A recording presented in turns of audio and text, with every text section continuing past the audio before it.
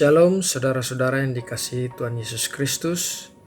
Semoga kita semua berada dalam keadaan sehat dan bersuka cita dalam suasana liburan minggu ini. Mari kita berdoa untuk memulai renungan ini.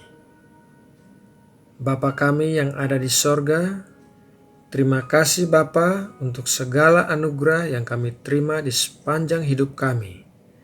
Apapun yang terjadi dalam hidup kami, Engkau senantiasa menyertai kami dan tidak pernah meninggalkan kami. Sekarang kami mau mempersiapkan hati kami untuk masuk dalam perenungan firman-Mu. Berikanlah kami hikmat dan pengetahuan yang baru yang akan menguatkan kami di dalam mengikuti Engkau. Terima kasih ya Bapa, dalam nama Tuhan Yesus Kristus kami berdoa dan mengucap syukur. Amin. Saudara terkasih, renungan kita kali ini bersifat memberikan pengenalan akan karunia-karunia Roh Kudus yang ditulis dalam 1 Korintus 12. Kita semua yang telah menerima Tuhan Yesus Kristus sebagai Tuhan dan Juru Selamat dalam hidup kita, pasti akan diberikan karunia-karunia dari Roh Kudus yang berguna untuk pelayanan. Setiap orang menerima karunia-karunia yang berbeda. Mungkin ada yang diberikan satu macam, dua macam, atau lebih banyak lagi. Mari kita baca ayatnya dalam 1 Korintus 12 ayat 7-11.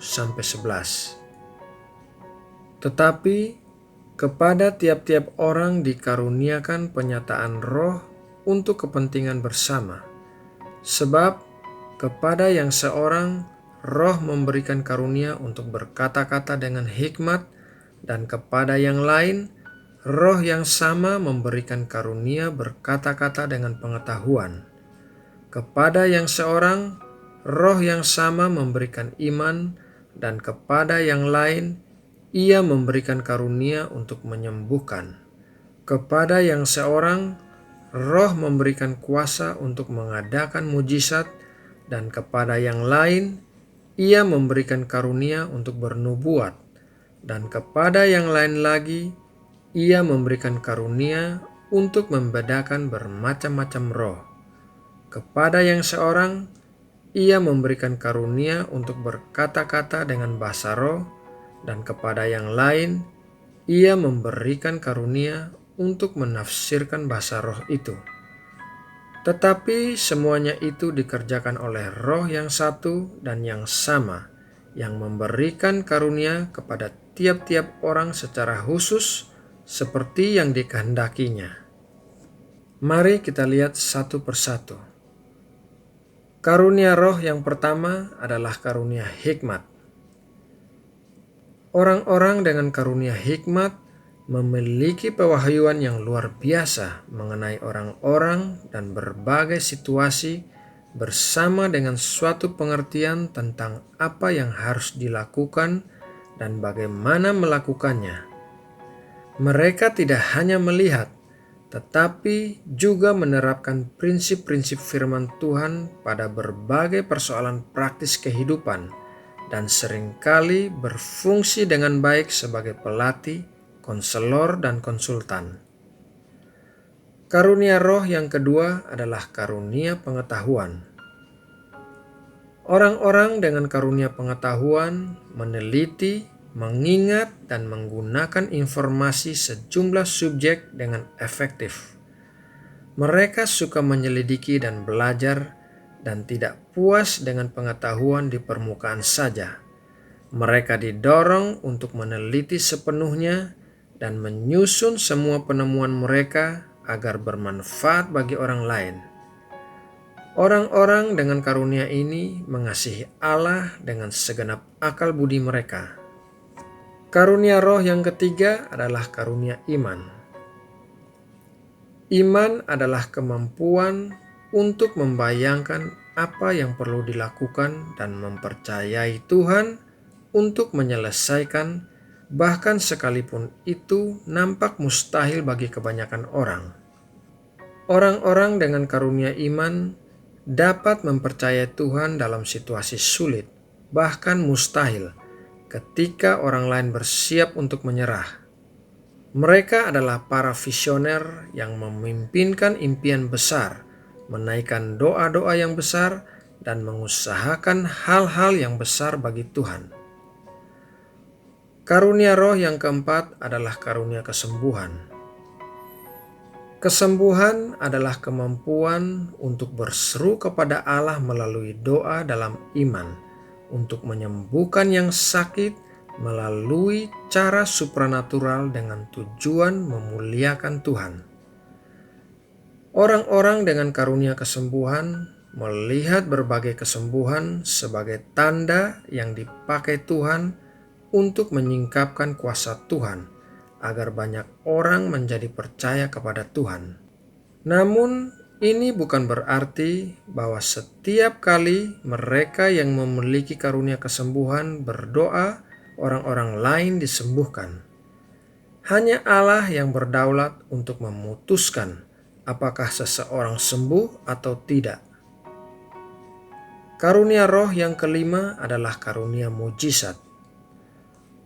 Karunia mujizat adalah kemampuan untuk berseru kepada Allah agar melakukan perbuatan-perbuatan supranatural yang menyingkapkan kuasa Tuhan. Contohnya adalah mengusir roh-roh jahat, menyebabkan alam taat kepada otoritas Allah, dan membangkitkan yang mati. Karunia roh yang keenam adalah karunia bernubuat.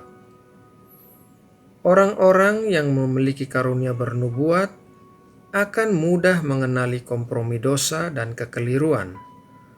Mereka adalah orang-orang yang berani, peka terhadap dosa, dan menempatkan nilai yang tinggi pada ketaatan akan firman Tuhan. Setiap nubuatan tidak boleh langsung diterima, tetapi harus diuji dan diakui oleh para pemimpin gereja atau penatua. Karunia roh yang ketujuh adalah karunia membedakan roh. Membedakan roh adalah kemampuan untuk dengan cepat merasakan apakah sesuatu itu berasal dari Allah atau dari iblis. Orang-orang dengan karunia membedakan roh tahu bahwa iblis dan roh-roh jahatnya menyamar sebagai malaikat terang, sehingga iblis dapat memalsukan mujizat untuk menyesatkan orang-orang dan mengirimkan para pengajar yang mengajarkan doktrin-doktrin palsu. Karunia roh yang kedelapan adalah karunia bahasa roh. Karunia bahasa roh digunakan sebagai bahasa doa pribadi, memperkatakan Injil Tuhan Yesus dalam bahasa-bahasa asing dan bahasa yang bersifat menyingkapkan, di mana sebuah pesan Tuhan diucapkan dalam bahasa roh yang harus diterjemahkan oleh orang yang memiliki karunia menerjemahkan bahasa roh. Karunia roh yang kesembilan adalah karunia menafsirkan atau menerjemahkan bahasa roh. Orang-orang yang memiliki karunia ini dapat menerjemahkan bahasa roh yang diucapkannya sendiri atau orang lain. Nah, saudara yang terkasih, demikianlah renungan kali ini tentang karunia-karunia Roh Kudus. Semoga dapat menambah pengetahuan kita semua. Mari kita berdoa untuk menutup renungan ini. Bapa kami, Allah yang hidup dan benar, kami datang dengan penuh ucapan syukur dan pujian akan kemuliaan-Mu yang terlihat dalam segala ciptaan-Mu. Terima kasih untuk firman yang kami dengar hari ini yang memberikan pengetahuan tentang karunia-karunia Roh Kudus bagi kami.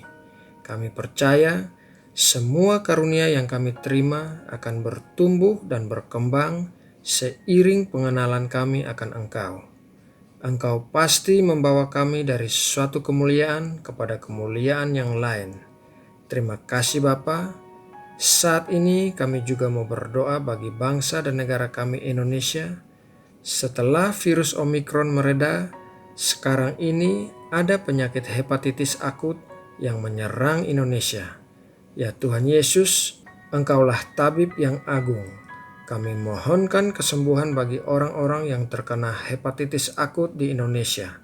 Biarlah kesembuhan terjadi di dalam nama Tuhan Yesus. Kami percaya Engkau mengasihi Indonesia dan semua penduduk Indonesia. Terima kasih Bapa. Dalam nama Tuhan Yesus Kristus kami berdoa dan mengucap syukur. Amin.